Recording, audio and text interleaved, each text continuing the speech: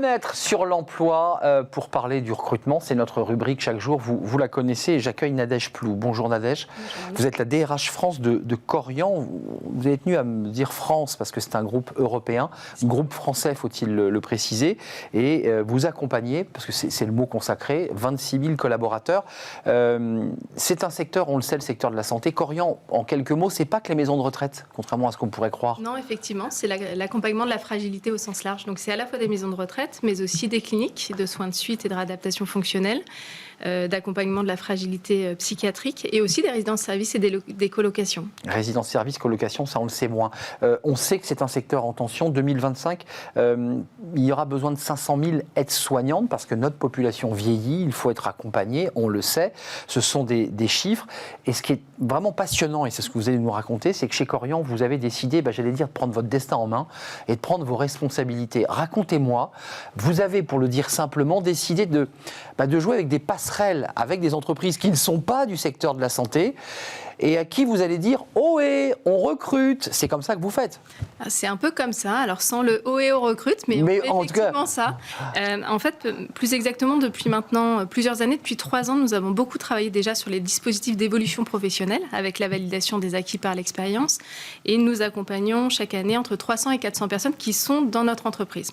Et donc, nous nous sommes posés en nous disant que faire pour attirer davantage de talents, parce que l'objectif n'est pas tant d'aller chercher des compétences techniques, mais des compétences comportementales. Et donc, les soft skills. Effectivement. D'ailleurs, excusez-moi, c'est quoi chez vous, dans vos critères, les compétences comportementales pour ceux qui nous regardent? Parce que vous nous le direz au cours de l'émission, vous recrutez, vous cherchez des apprentis. C'est quoi les compétences comportementales? C'est l'attention aux autres, c'est l'ouverture, c'est aussi la stabilité émotionnelle, parce que c'est des métiers d'engagement.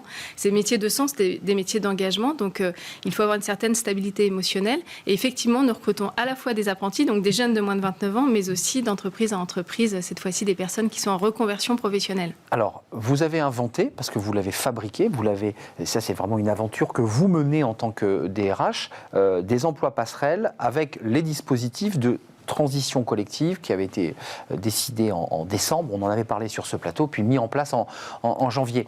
Racontez-nous comment ça marche. Vous faites passer des salariés de groupes de grandes distrib vers chez vous. Comment vous faites ? Alors déjà, il faut saluer tout le travail qui a été fait par les équipes, donc avec un directeur formation extrêmement engagé, et puis des opérationnels aussi dans nos maisons, des aides-soignants expérimentés, des directeurs d'établissement qui ont ça chevillé au corps pour pouvoir accueillir de nouveaux talents. Et alors, comment nous faisons? Donc, il y a un point névralgique, c'est déjà aller se présenter en fait à ces secteurs d'activité. Oui. Donc, on organise des réunions collectives. Nous avons commencé il y a un petit mois, avec d'ailleurs en présence d'Elisabeth Borne, la ministre du Travail, pour aller présenter à des personnes qui aujourd'hui font le nettoyage chez de Richebourg nos métiers d'aides-soignants. Les salariés sont devant vous. Exactement. Donc les salariés sont là, on leur explique dans quelles conditions ils pourraient nous rejoindre. Et puis ensuite, il y a un point névralgique qui est celui du SAS d'orientation. Donc là, ils sont 10, donc vraiment une petite promotion parce que le but, c'est d'avoir leur attention, de capter leur attention et de bien les identifier pendant cette semaine-là. Et donc pendant cette semaine, ils vont rencontrer des aides-soignants, rencontrer nos métiers. Pas sur site, pas encore sur site compte tenu des dispositions sanitaires, mais c'est tout comme. Ça devient concret. C'est tout comme, exactement. C'est tout à fait concret et on leur explique ce métier. On va aussi regarder si en termes de niveau de français, de mathématiques, ils ont le niveau requis ou suffisant pour qu'on puisse les accompagner.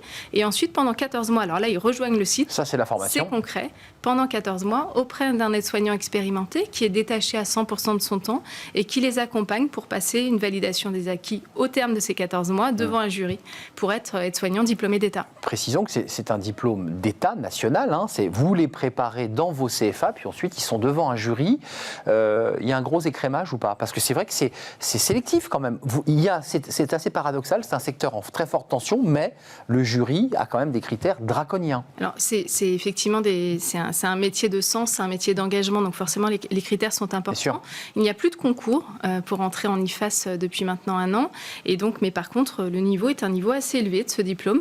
Donc on les prépare un maximum possible pour qu'au terme des 14 mois, ils obtiennent ce diplôme. Pour la validation des acquis, on est à plus de 70% aujourd'hui de validation. Donc ça se passe déjà bien en termes d'accompagnement. Et là, on redouble d'attention pour qu'ils l'aient tous au terme des 14 mois. Expérience de Richebourg, petite promotion parce que c'est du pas à pas, mais Monoprix, vous avez fait la même formule, ohé, réunion pédagogique de présentation, et là, vous avez plus de monde encore, avec beaucoup de femmes, c'est des métiers de femmes, mais aussi des hommes.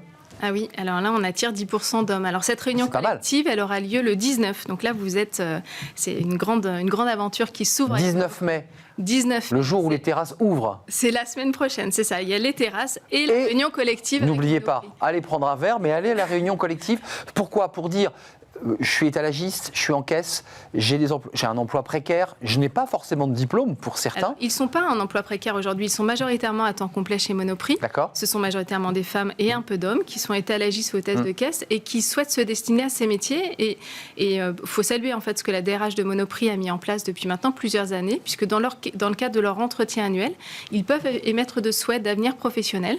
Et il y a au BAMO 600 personnes à l'échelle de la France qui ont identifié un projet professionnel dans le métier des seniors. Donc on commence par une 60aine de personnes la semaine prochaine, parce que nous sommes pour l'instant sur le territoire de l'Île-de-France, et puis ensuite on essaimera sur la France pour attirer de nouveaux talents. Nous avons besoin d'avoir ces talents.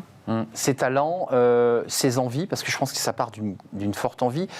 Il disait, ces hommes, notamment les hommes, j'ai envie de quitter les rayons étalagistes des fruits et légumes parce que je voudrais me consacrer, et c'est très intéressant, aux personnes âgées, aux seniors. Ça, c'est intéressant. C'est tout à fait ça, en fait. Ils n'ont qu'une envie aujourd'hui, c'est d'accompagner ces personnes en fragilité qui font sens. Et je pense que c'est pas à moi de le dire, mais plutôt actuellement aux candidates de Richebourg, puisque ce sont majoritairement des femmes, et qui le disent très bien en fait. Elles le font aujourd'hui, elles accompagnent dans leur famille des personnes qui aujourd'hui sont en fragilité ou sont seniors, et elles souhaitent en faire leur carrière professionnelle. Socialement, c'est intéressant la démarche que vous engagez parce que vous faites passer des salariés qui, même s'ils n'étaient pas précaires, avaient des emplois peu valorisés vers un emploi à diplôme. Et puis surtout, ce qui est intéressant, c'est que c'est un emploi où vous leur garantissez un CDI. Exactement. En fait, ils rentrent en poche avec une promesse d'embauche qui fera droit. C'est motivant, ça, dans la poche, quand même. C'est ça. Ça donne aussi plus d'énergie et de motivation pour passer cette formation. Et donc, ils rentrent avec ça, avec ce sésame qui leur permet, au terme de cette formation, d'avoir un CDI au sein de d'un bassin d'emploi proche de leur domicile. Donc ça, c'est important, évidemment, de ne pas partir. À temps complet. Et à temps complet. Les salaires, comment ça se passe ? Parce que c'est un sujet qu'on a déjà eu ici, notamment dans les métiers de la petite enfance, dans les crèches, où les femmes, notamment, se plaignent des niveaux de salaire. Là aussi, vous faites un effort aussi sur les salaires ? Alors, chez Korian, nous avons travaillé depuis 2019 avec les partenaires sociaux à de nouvelles grilles salariales, à la fois sur les métiers d'aide-soignant, mais aussi d'infirmier. Et donc aujourd'hui, le premier niveau de salaire d'un aide-soignant chez Korian, c'est 1 906 €, dont le Ségur. Donc c'est au-dessus des rémunérations qu'ils ont aujourd'hui. Et donc ça leur permet pour certains de faire des gaps de 20 à 30%. Donc c'est très attractif. En matière de développement, ça c'est une stratégie d'intégration des talents sur la base des soft skills, avec le diplôme. Il faut préciser que ne pourront rentrer chez vous à l'issue de cette formation que si vous avez le diplôme, c'est très important. Comment vous expliquez finalement que vous soyez, vous, entreprise privée, obligé de créer vos propres écoles ? Comment on est arrivé à une situation de pénurie de main-d'œuvre ? Aujourd'hui, en fait, déjà ce diplôme en tant que tel, on n'en parlait pas assez. En fait, je pense qu'il n'était pas assez valorisé. Et donc, j'invite, et merci de le faire aujourd'hui, tous les médias à parler davantage de ces talents, de ces métiers. Ce sont des métiers de sens. Et donc, forcément, les IFAS n'arrivaient pas à remplir. Donc, on prend notre destin en main. Et je pense que c'est important, en plus des places dédiées dans les IFAS, il y a à peu près 20 à 25 000 places dans les IFAS chaque année, de pouvoir amener une pièce à l'édifice, une pierre à l'édifice. Donc, c'est ça. Mais c'est aussi l'apprentissage. En septembre, on a 300 postes qui s'ouvrent d'apprentis aides-soignants. D'apprentis aides-soignants, vous me disiez que Sciences Po allait mettre aussi la main à la pâte pour les accompagner, certains en tout cas, qui auraient des difficultés en langue française, de pouvoir leur donner des cours en accompagnement en plus.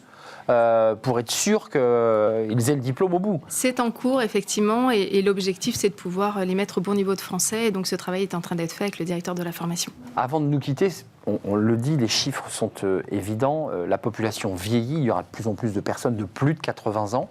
Il faudra les accompagner. Est-ce que cette pénurie de main-d'œuvre était aussi un élément de blocage dans votre développement économique ? Parce que c'est vrai que si vous n'avez pas la main-d'œuvre et que vous construisez du bâti et qu'il n'y a pas la main-d'œuvre, c'est très compliqué. Alors déjà dans la qualité des soins, un poste ouvert c'est forcément une moindre qualité, donc il est évident qu'il faut pourvoir 100% des postes avec des personnes qui sont diplômées, donc ça c'est un point névralgique et nous continuons effectivement à ouvrir des cliniques, mais aussi à ouvrir du HAD ou également de la colocation et des résidences-services, donc c'est effectivement important d'avoir ces talents.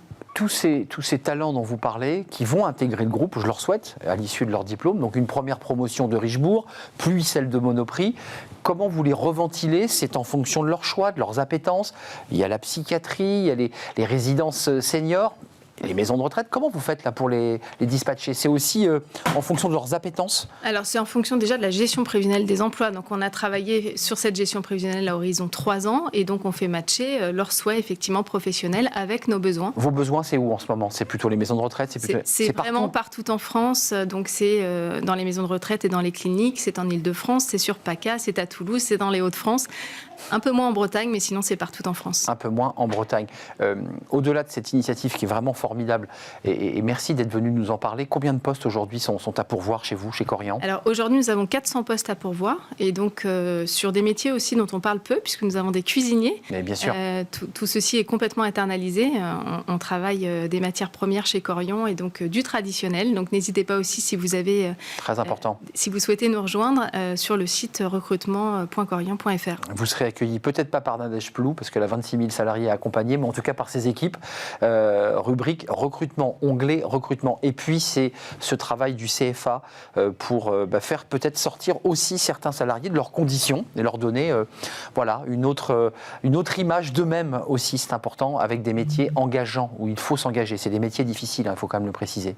Merci Nadège d'être venue sur notre plateau. Merci à vous. DRH de France du groupe Korian, 26 000 collaborateurs. En Europe, c'est combien au total? Un peu plus de 56 000. Un peu plus de 56 000. C'est une très belle entreprise française, faut-il le préciser. Merci à vous, merci de votre fidélité. L'émission est terminée. Je vous retrouve demain, évidemment, pour de nouvelles aventures. Merci Fanny Griesmer. Merci notre réalisateur Kenny Dellenbach. Merci Héloïse Merlin au son. Merci Pauline Gratel et merci Valentin pour l'accueil invité. Merci à eux et à leur travail. Merci à vous qui nous regardez et qui réagissez sur les réseaux sociaux. À demain. Portez-vous bien.